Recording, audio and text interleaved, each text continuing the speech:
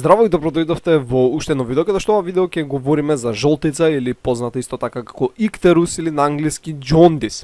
За да објасниме жолтицата, мораме првен да го објасниме метаболизмот на билирубин. И да започнеме. Овде лево имаме еритроцит или исто така наречен црвена крвна клетка во кој се наоѓа хемоглобин.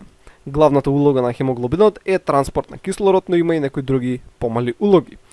Еритроцитите генерално живеат околу 120 дена и после тој временски период тие се разградуваат од страна на ретикулоендотелниот систем, на кратко РЕС, или често може да се сретне како мононуклеарен фагоцитен систем. Значи ова е систем од слезината, хепарот, коскената срце и на лимфните јазли, односно места кои што се богати со макрофаги, односно моноцити. Например, макрофагите во хепарот се нарекуваат купферови клетки. Како и да е. Еритроцитите ќе бидат разградени од страна на макрофагите и сега хемоглобинот кој бил внатре во еритроцитот се наоѓа внатре во макрофагот. Хемоглобинот ќе биде понатамошно разграден на глобин, значи протеинскиот дел од хемоглобинот, кој што ќе биде исто така понатамошно разграден до аминокиселини кои ќе градат нови протеини и на хем. Вред. Сега 80% или 85% од хемот или други порфирински прстени доаѓаат од хемоглобинот, доека 15% доаѓаат од миоглобин, цитохроми, односно цитохромски ензими, пероксидази и слично. Во ред. Како и да е. Хемот сега ќе подлежи на низа реакции кои што ќе ги проследиме. Че идеме вака. Првично, хемот под дејство на хемоксигеназа и во присуство на НАДПХ и кислород се разградува до биливердин, кој има некоја си така бледо-зеленикава боја. Исто така се ослободува железо. Нормално железото понатаму ќе се прикачи на трансферин, па ќе отпатува до таму каде што е потребно. Тоа не интересира моментално. Биливердинот понатаму ќе подлежи на реакција од страна на биливердин редуктаза, исто повторно во присуство на НАДПХ, и ќе се добие билирубин, кој има некоја си бледо жолто портокалово кафена боја. Во ред. Тој билирубин сега ќе излезе од макрофагот и ќе влезе во крвта. Но, бидејќи овој билирубин не е растворлив во вода, мора да биде прикачен од страна на албумин. Во ред. Значи албумин го прикачува овој билирубин кој го нарекуваме моментално unconjugated bilirubin, односно неконјугиран билирубин, слободен. Исто така се нарекува или порано го нарекувале и индиректен. Иако е прикачен со албумин, повторно се нарекува слободен билирубин, односно неконјугиран. И овој билирубин, како што реков, е растворлив во липиди. Тоа значи дека може да поминува низ клеточните мембрани. И сега овој билирубин ќе спатува низ крвта и евентуално ќе стигне до хепарот. Во ред, значи еве овдека горе, заедно со албуминот, стигнува до хепарот. Нормално и во самиот хепар се произведува овој билирубин, бидејќи и во самиот хепар имаме макрофаги, но без разлика од кај да дојде, дали доаѓа од самиот хепар од купферовите клетки или доаѓа од циркулацијата, сега е овде. И кога од крвта ќе пристигне до хепатоцитите, кои се клетките на хепарот, ќе имаме откачување на албуминот, така значи албуминот ќе се откачи и преку еден транспортер, билирубински транспортер, билирубинот сега ќе влезе внатре во хепатоцитот. Поред, внатре во хепатоцитот имаме еден ензим кој се нарекува УДП глукоронил трансфераза. И во присуство на УДП глукоронска киселина се добива конјугиран билирубин.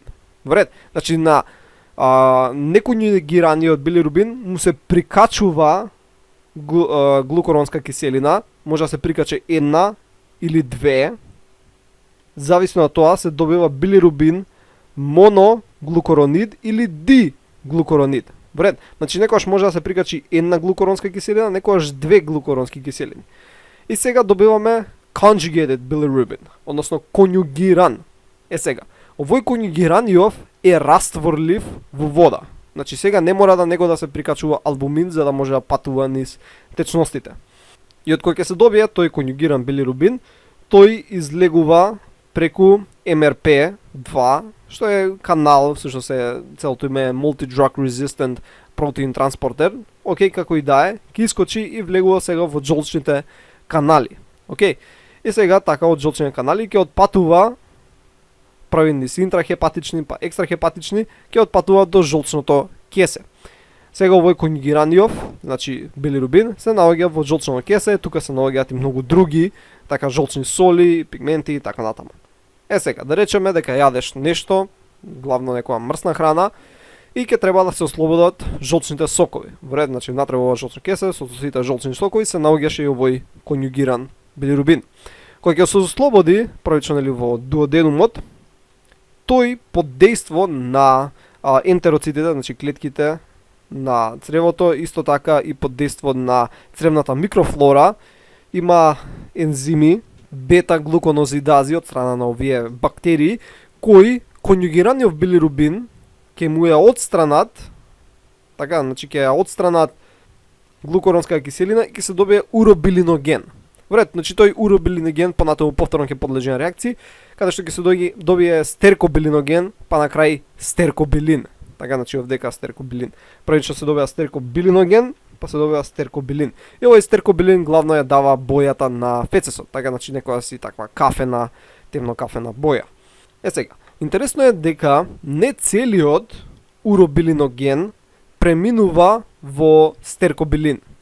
Него тоа се случува со околу 85% од уробилиноген, додека 15%, сега зависно од литература до литература, некојаш е 10, некојаш е 20%, како и да е, да речеме 15% се враќа назад во крвта. Океј, значи преку портален крвоток, нели од цревата, портален крвоток, влегува таму и сега се оксидира спонтано во уробилин.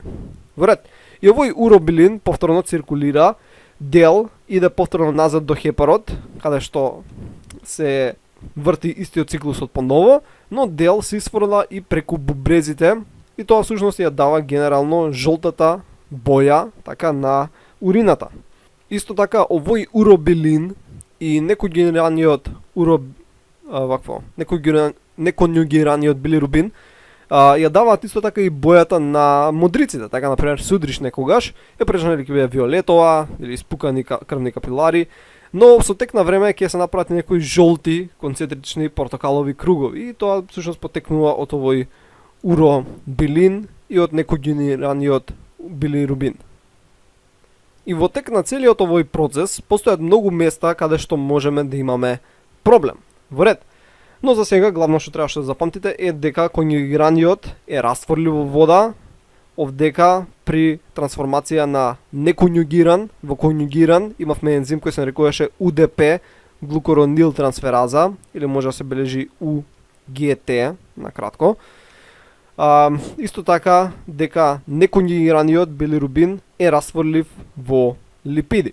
Океј, значи тоа беа некои клучни работи што требаше да ги запамтиме. Сега, ако имаме нарушување на овој метаболизам на билирубин кој досега го говоревме, што ќе резултира со зголемување на концентрацијата на неконјугиран, конјугиран или пак уробилиноген во крвта и некои други телесни течности, е тоа што всушност го нарекуваме жолтица, односно иктерус. И жолтицата генерално не укажува на некоја друга патофизиологија, бидејќи жолтицата е на некој си начин како симптом на некое друго нарушување, например цироза на хепар, хепатитис, тумор во жолчни канали, неправилна еритропоеза и слично. Односно, жолтицата ќе не наведе дека има некоја друга патофизиологија. Сега, кои се симптоми на жолтица? Прв симптом кој се јавува е жолта склера, односно белката во очите нема да биде бела, ќе биде жолта. Друг многу видлив симптом е пожолтена кожа. Исто така кај некои видови на жолтица се јавува и темна урина. Значи темна урина. И ќе биде многу темна, како многу темно жолта. И кај некои видови на жолтица исто така се јавува и дисколорација на фецесот, ќе биде некоја глинеста бледа боја. Значи тоа се некои од генералните симптоми на жолтица.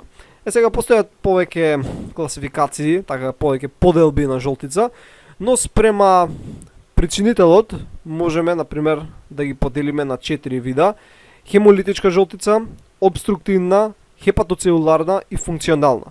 Постојат и поделби кои ги карактеризираат спрема тоа дали се покачил конјугираниот или неконјугираниот или уробиниот генот. Значи може и спрема тоа да се направи поделба, но ние ја правиме, ќе ја разгледаме оваа поделба. Значи хемолитичка, обструктивна, хепатоцелуларна и функционална. Иначе пред да започнеме, колку е нормалната содржина на билирубин во крвта? Вкупен билирубин, зависно од литературата, се движи од 3 до 18 микромоли на литар. Некојаш може да го среднете како милиграми на децилитар, милиграми на литар, во моли. Значи, зависно од која литература взимате, но генерално од 3 до 18 микромола на литар, додека конјугираниот билирубин треба да биде под 4 микромола на литар. Океј, првиот тип на жолтица е хемолитичка жолтица, односно хемолитички иктерус. И ова се случува при хемолитичка анемија или пак нефункционална или недобра хематопоеза. Односно, имаме многу повеќе еритроцити кои се деградираат, односно имаме многу повеќе билирубин неконјугиран, така, кој се формира. Океј. И сега целиот тој се упатува кон хепарот. Но хепарот си има граница колку билирубин неконјугиран може да трансформира во конјугиран за дадена единица време. Вред. И во овој случај тоа е презентирано следниот начин. Например, идат 3 стрелки натаму, али само една стрелка излегува. Океј. Значи има 3 пати повеќе билирубин неконјугиран него што хепарот може да се справи. Односно, 2 од овие стрелки ќе останат внатре во крвта. Така што ќе имаме зголемена концентрација на неконјугиран unconjugated билирубин во крвта. Во ред. Но исто така, бидејќи хепарот работи со максимум капацитет, исто така продуцира и многу конјугиран билирубин. Значи продуцира и многу конјугиран билирубин кој ќе се задржи во жолчното кесе и може да предизвика жолчни камења да се формираат. Вред, значи многу конјугиран билирубин се наоѓа во жолчното кесе и ќе почне да се формираат жолчни камења. Бидејќи имаме многу конјугиран, поради тоа ќе имаме и многу исто така уробилиноген вред, кој ќе биде во цревата, а делот тој ќе се врати како уробилин. Значи уробилин ќе имаме повеќе или некојаш исто уробилиноген, али ќе обележам како уробилин. Поради тоа ќе имаме темна урина. Вред, бидејќи уробилинот или уробилиногенот се растворили во вода, се исфрлаат со помош на брезите преку урината, ќе имаме темна урина. Бидејќи имаме многу повеќе него нормално. Пак е во некои физиолошки граници, бидејќи тоа е максимумот хепарот што може да го постигне, али многу често не треба да е толку. А овој неконјугиран билирубин, кој е заробен во крвта, едноставно не може да биде исфрлен од страна на бубрезите, бидејќи не е растворлив во вода, значи он беше растворлив во липиди. Поради тоа станува во крвта и многу може да се акумулира во липидни ткива, односно подкожно, затоа кожата станува жолта. Исто така може во некои ткива кои се богати со липиди, како например мозокот, и да направи мозочни нарушувања.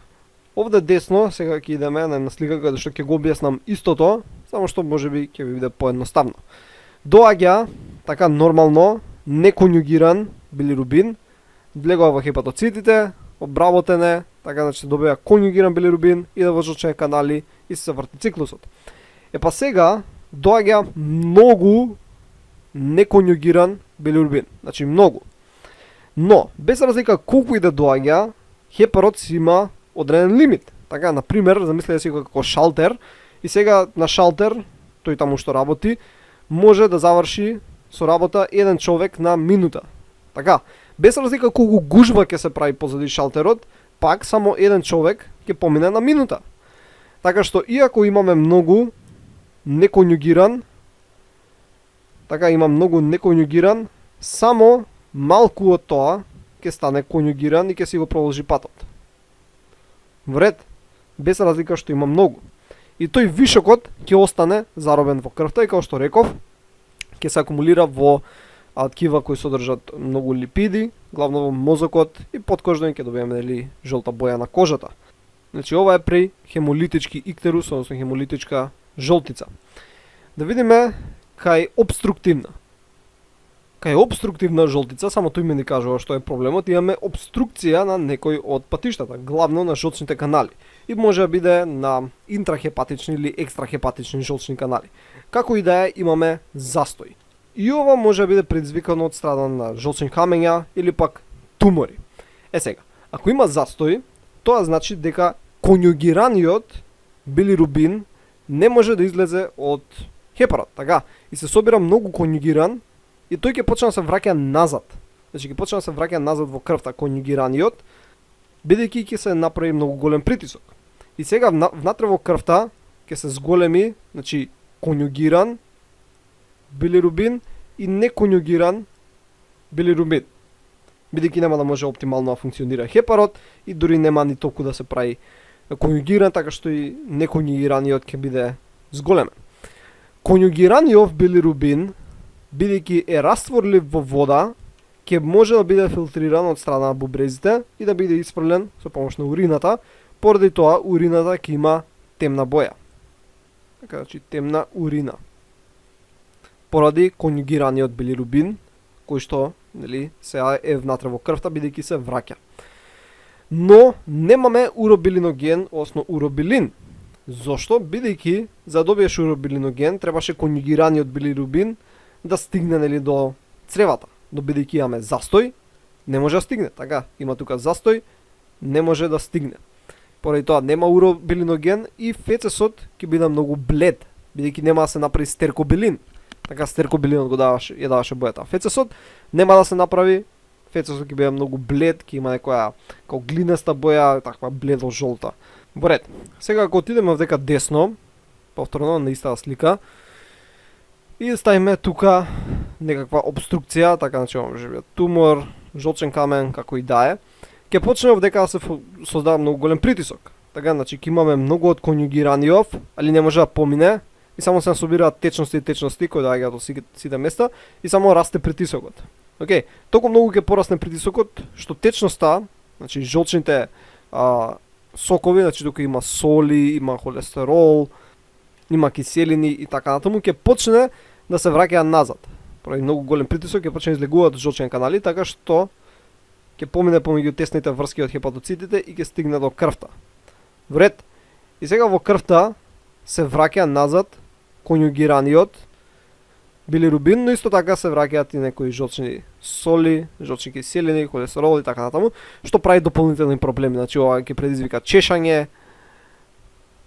ќе направи ќе зголеми холестерол, значи ќе имаме хиперхолестеремија, ќе имаме ксантоми кои се како некои жолти топчиња од холестерол кои се депонираат во кожата, не изгледаат баш убаво и тоа ќе се случи. Во ред. Односно ќе имаме, како што забележувате, зголемување на конјугиран, така, значи конјугиран билирубин и на неконјугиран, бидејќи и хепатоцитите не може да функционираат оптимално, они нивки им пречи притисокот и они не може да функционираат оптимално, така што ќе се зголеми и неконјугиран. Во ред. Значи ќе имаме зголемување на конјугиран и на неконјугиран билирубин и тоа ќе си направи проблеми. Од овој конјугираниот, како што реков, ќе добиеме темна урина, а бидејќи немаме продолжување натаму, нема уробилиноген, нема стеркобилин, фецесот ќе биде блед. Третиот тип е хепатоцелуларен иктерус или хепатоцелуларна жолтица, која настанува поради оштетување на хепатоцитите, односно на хепарот. Ова настанува при хепатитис, односно воспаление од најчесто вирална природа или цироза од најразлични причини.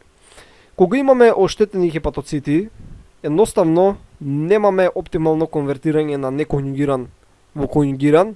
Исто така имаме враќање на конјугираниот како кај обструктивниот, така што се зголемува концентрацијата на двата, и на конјугиран и на неконјугиран. Но бидејќи нема обструкција колку толку поминува дел од конјугираниот, така што се создава уробилиноген, али малце. Океј, сега овој уробилиноген исто така заедно со конјугираниот билирубин се филтрираат и повторно имаме темна, така, значи повторно има темна урина. Фецесот ќе биде малце поблед, али нема да биде блед како кај обструктивниот. И ова како би изгледало, дека десно ако се вратиме, едноставно имаме оштетување, така што, не знам, оваа клетка, овој хепатоцит ќе изгледа како оштетен, и овој ќе биде оштетен, не може да функционираат оптимално, така што и овој процес не се случува баш значи немаме баш најдобро конвертирање на неконјугиран во конјугиран. Жолчните со кои повторно излегуваат, стигнуваат до крвта, стигнува повторно и конјугираниот и настануваат низа проблеми. Освен со жолтицата, плюс имаме и оштетување на хепарот, кое е последено и со други проблеми, бидејќи хепарот е многу битен за организмот. И четвртиот тип на жолтица, за кој немаме слика, е функционална жолтица, односно функционален иктерус. И за крај имаме функционален иктерус, односно функционална жолтица. И овие се всушност жолтици каде што е директно засегнат метаболизмот на билирубин, без при тоа да има друга патофизиологија. Вред. И ова се главно вродени нарушувања. Прв е, например, Гилбертов синдром, каде што имаме намалена синтеза на УДП глукоронил трансфераза. Тоа беше ензимот кој што конвертираше неконјугираниот во конјугиран. Така, значи, овој овдека ензим. УДП глукоронил трансфераза од неконјугиран во конјугиран. Океј? Значи имаме намалена синтеза на тој ензим. Ако имаме помалце од тој ензим, тоа значи дека ќе се зголеми концентрацијата на неконјугиран. Вред, прилично логично. Друг синдром е Криглер-Наджаров синдром. И ова е многу сличен со Гилбертов, односно тука воопшто нема УДП глукоронил трансфераза, значи го нема тој ензим. Ако го нема тој ензим, ти воопшто не можеш да добиеш конјугиран билирубин. И тоа е голем проблем. И овој синдром се дели на тип 1 и тип 2 и главно е фатален, иако денеска постојат некои терапии со кои може да се контролира така што да живеат индивидуите, но внатото бил фатален, бидејќи воопшто ќе немаш конјугиран билирубин. Ќе се наакумулира неконјугиран, ќе почне да влијае на мозокот, ќе имаме нарушување мозочната функција и на многу други ткива, бидејќи билирубинот е всушност токсичен за телото, така што умираат тие индивидуи. Инаку, како што реков, има тип 1 и тип 2 и главна разликата е дека едниот се следува автозомно рецесивно, другиот автозомно доминантно. Имаме Дубин-Џонсонов синдром. Во овој синдром нема МРП2.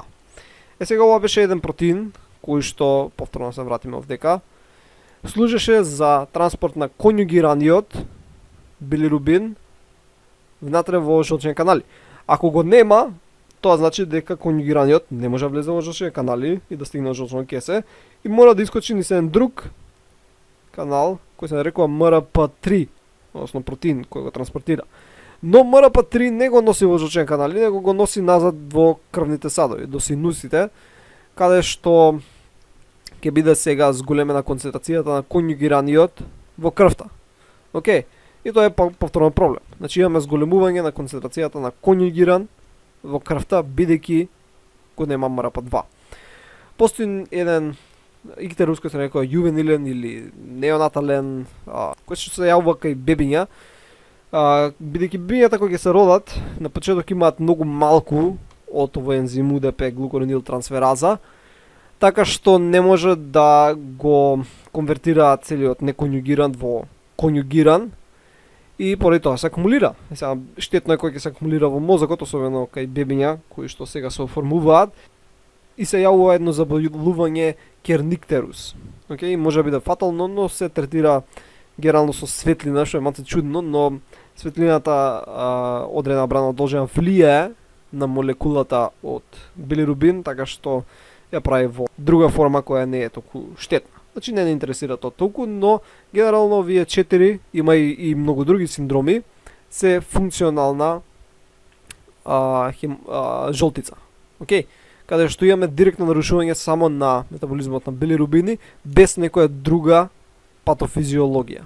Генерално постојат голем број методи за одредување на билирубин, но можеме да ги класифицираме во 4 групи. Сега, која метода ќе се користи зависи од тоа кои се условите, која патофизиологија го предизвикала иктерусот, односно жолтицата, И што сакаме да одредиме, така дали сакаме да одредиме конјугиран билирубин, дали сакаме неконјугиран, дали сакаме вкупен, дали тоа треба да се определи во плазма, односно или во полна крв, или пак треба да се определи во урина, така, или пак фецес. Океј, значи зависно од многу фактори може да се избере соодветната метода. И овде, како што реков, ги поделив на 4 групи. И првата група се тие каде што се користи директно спектрофотометриско одредување. Значи, од кој ќе се изолираат билирубин, значи со органски растворувач ќе се екстрахираат, може да се спектрофотометрираат. Така што слободниот, односно неконјугираниот, абсорбира на 461 нанометар, додека билирубин диглукуронирид абсорбира на 420. И ова е битно, например, кај новороденчиња, бидејќи кај нив генерално се продуцира диглукуронид, многу помалце моно, и може да се користи таму, нели, за пратење на иктерусот. Следна е диазореакција, и ова е метода од страна на Ван Дернберг. Имаме диазотирање на билирубин со диазобензосулфонска киселина. И се добиваат некои азотни соединенија, азосоединенија, како ацидо базични индикатори кои во медиум со неутрално pH се црвени, а ако се во ниско pH или високо pH се сини. Океј. Сега конјугираниот е растворлив во вода, така што он одма ќе даде реакција. Океј. Додека неконјугираниот треба пред да го откачиме од алуминот и за ова да се направи се додаваат некои аниони, така наречени акцелератори како натриум бензоат, натриум ацетат, кофеин, дифилин, кои што ќе го откачат. Океј, но ако сакаме например да одредиме само конјугиран, нема да ги ставиме тие акцелератори, така што само конјугираниот ќе реагира со диазореагенсот. Но ако сакаме вкупен да одредиме, првично ќе ги ставиме акцелераторите, па ќе додадеме, нели, диазореагенсот, кој е всушност сулфанилна киселина и натриум нитрит, и дава азобилирубин со црвено-портокалова боја, бидејќи у неутрално pH сме, и се става зелен филтер и се мери на 578 нанометри. И абсорбанцата, нели, кореспондира со тоа колку има концентрација на дениот билирубин. Имаме оксидацијски методи, каде што билирубинот се оксидира до зелено или сино обоени производи, со реагенси како што се ферихлорид, јод, концентрирана азотна киселина и слично. Значи, става некој соединение кое го оксидира билирубинот и се добива зелено-сино обојување. И многу се лесни овие и се користат за скрининг за откривање на жолчни бои во урината. Значи, ова главно се употребува ако сакаме да правиме анализи на урина. Флуорометриско одредување, каде што билирубинот при оксидација на јод во присуство цинкови иони преминува во флуоресцентно соединение кое го детектираме со помош на соодветна апаратура и зависно колку е флуоресценцијата, тоа соодветствува на колку е концентрацијата и може да се пресмета. Океј, значи тоа се генерално методите за одредување билирубин. Сега која е терапијата? Терапија, гледате дека не е запишано, бидејќи генерално нема терапија директно за жолтица, бидејќи се третира патофизиологијата која довела до жолтица. Така, ако имаш например камен, така жолчен камен, треба да се отстрани. И тоа е терапијата, треба да се отстрани жолчниот камен и ќе помине жолтицата. Треба да се отстрани туморот, треба да се излечи хепатитисот, односно треба да се дават некои антивирални лекови ако е од вирална природа. Например, ако има хемолитичка анемија, така треба тоа да се среди и така ќе се подобри и жолтицата. Нормално може на некој начин да се подобри со соодветна исхрана, има некои медикаменти, но тие само делуваат симптоматски, значи не го решаваат проблемот. Треба да се реши патофизиологијата која ја предизвикува жолтицата. И генерално тоа беше се за ова видео, се надам дека научивте нешто ново и ќе се видиме во наредното видео. Довидување.